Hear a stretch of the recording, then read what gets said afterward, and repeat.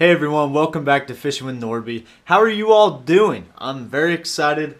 Getting ready to go down to Mexico. Yeah, you heard it right. Bass fishing the Mexico lakes. I'll be going to Lake Comadero and I'm going to be staying at El Papachal Lodge.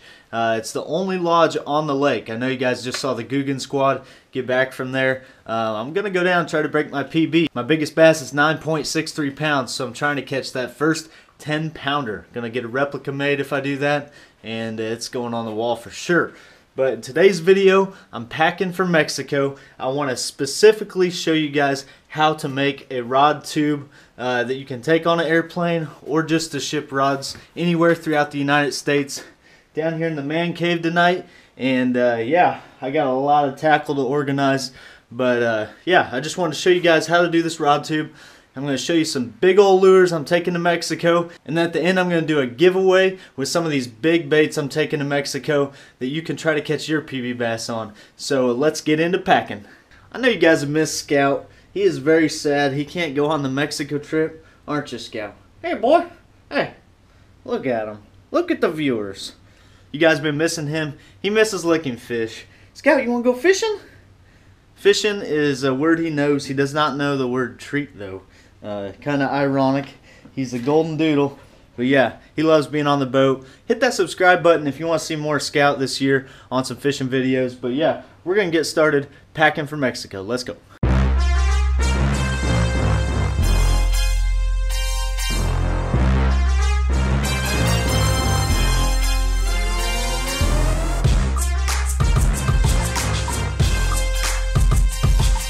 Alright guys, so this video is focused on this rod tube here. What I did, I got a section of 4-inch diameter PVC pipe. I had them cut it for me, 8.5 foot long, 8 foot 6 inches.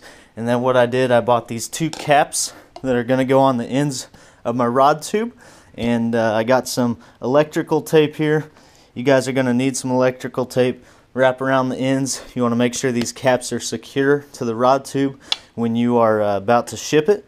And then I'm also going to electrical tape a handle on the rod tube so it's easy to carry and transport throughout the airport. I got a few of my rods I'm going to put in the tube here. There's 8 of them, and just to show you guys how well they fit, you should be able to get at least 20 rods inside this 4-inch rod tube if you fit them in there just right.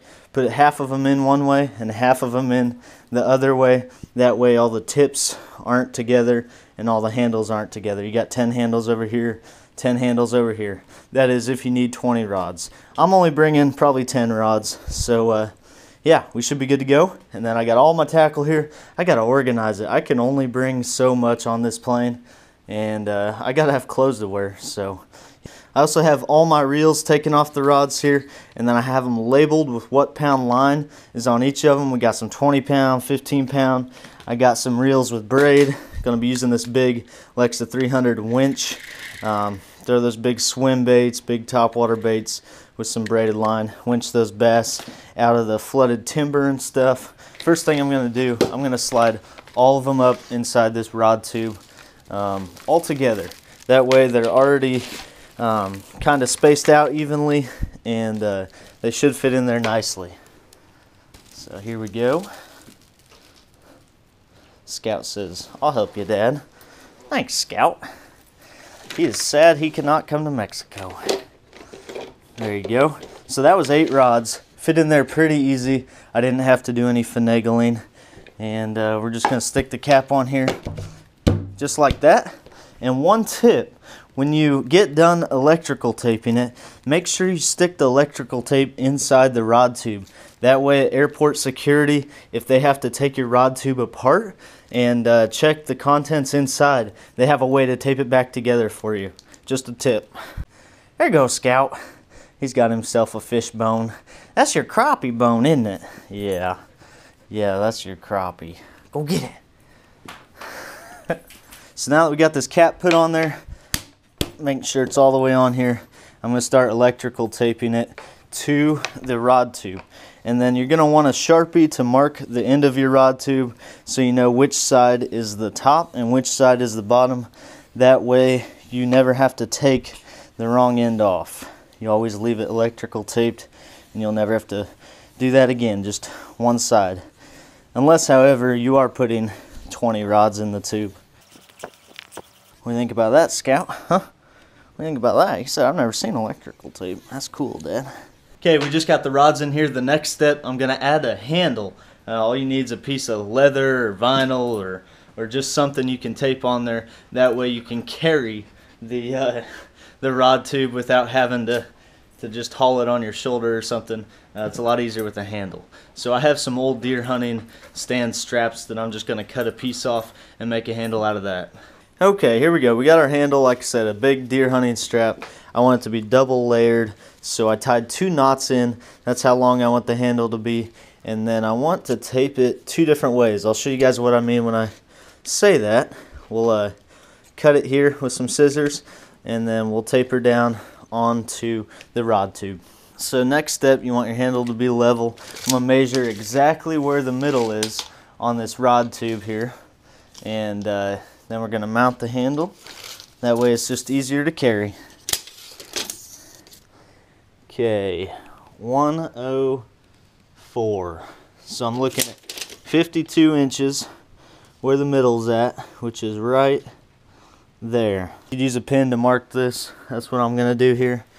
But we got the middle right at 52 inches right there. Alright, so now I want my handle evenly spaced, and I'm going to put this knot here.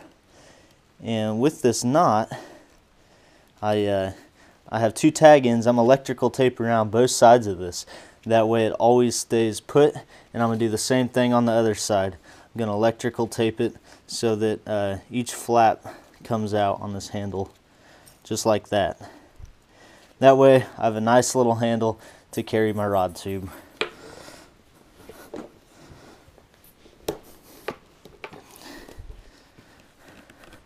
Alright guys, there you have it. You got the handle, you got your rods, and easy to transport inside the airport. So that is awesome. Pumped for my new rod case.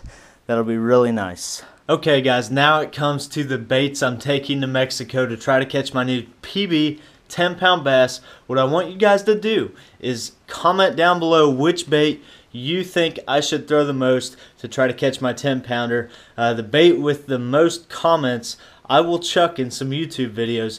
Try to catch a giant on it. So here's one of them, the giant live target swim bait. These are new. This is a golden shiner. I also have one with a blue color here. It kind of resembles a big old tilapia. I know bass are floating with tilapia stuck in their throats. The Guggen squad found 2 of them dead. But yeah, that's one of the baits. So we're going to go over the rest of them. Comment down below which one you think I should throw the most. And then when I get back from Mexico, the bait that I caught the biggest fish on, I'm going to give away to somebody who commented in this video. So drop a comment down below and stay tuned for some giant catches coming up in Mexico. Let's check out these big baits. Hey Scout, you gonna throw some big swim baits down in Mexico? No, you can't get on the plane. That's the problem. Why not, Scout? Alright guys, the first bait I want to show you, these giant reaction strike swim baits. These things are 8 inches long.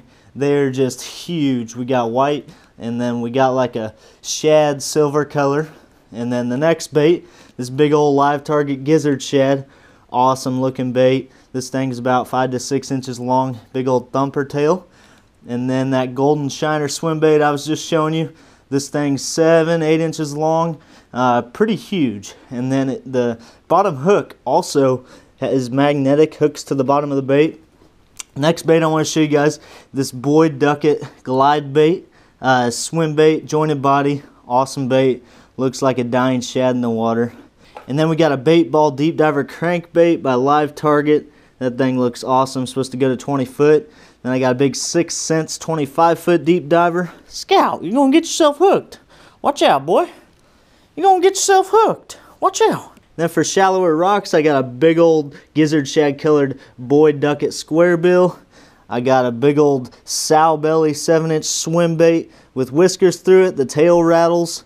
I got a big old chatterbait with a 6-inch swim bait on it. This chatterbait's a 1 ounce, kind of crazy.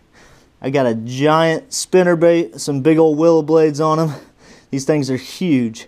And then I got a big old 7-inch Senko. That thing is huge, might get the job done. So yeah, those are the big baits lined up. Scout, what do you think I'm going to catch my PB on? Huh? Pick one, Scout. Which one do you think? He said, Dad, I ain't picking nothing. You're not taking me. I'm just going to sit here. You're a good boy. You're a good boy. Okay, guys, there you have it. Video straight from my man cave. I got some deer heads hanging in here. But yeah, I'm excited to get down to Mexico, catch some big old bass. If this is the first time you're seeing Fishing with Nordbye, please subscribe. Drop me a comment down below to get entered to win the giveaway, one of those giant baits once I get back from Mexico. It won't be too long, so stay tuned for the videos to come out. That is where the winner will be announced. And then do me a favor, I don't say this too often, but hit that thumbs up button for Scout. He's jumping up on me. Hit it for him because he can't go to Mexico. But yeah, my wife Cody's going, my videographer Cody Cooper's going, and we are going to get on some good fish. It's supposed to be beautiful down there. I can't wait to show you guys. But till then, we'll catch you guys next time on Fishing with Nordbye.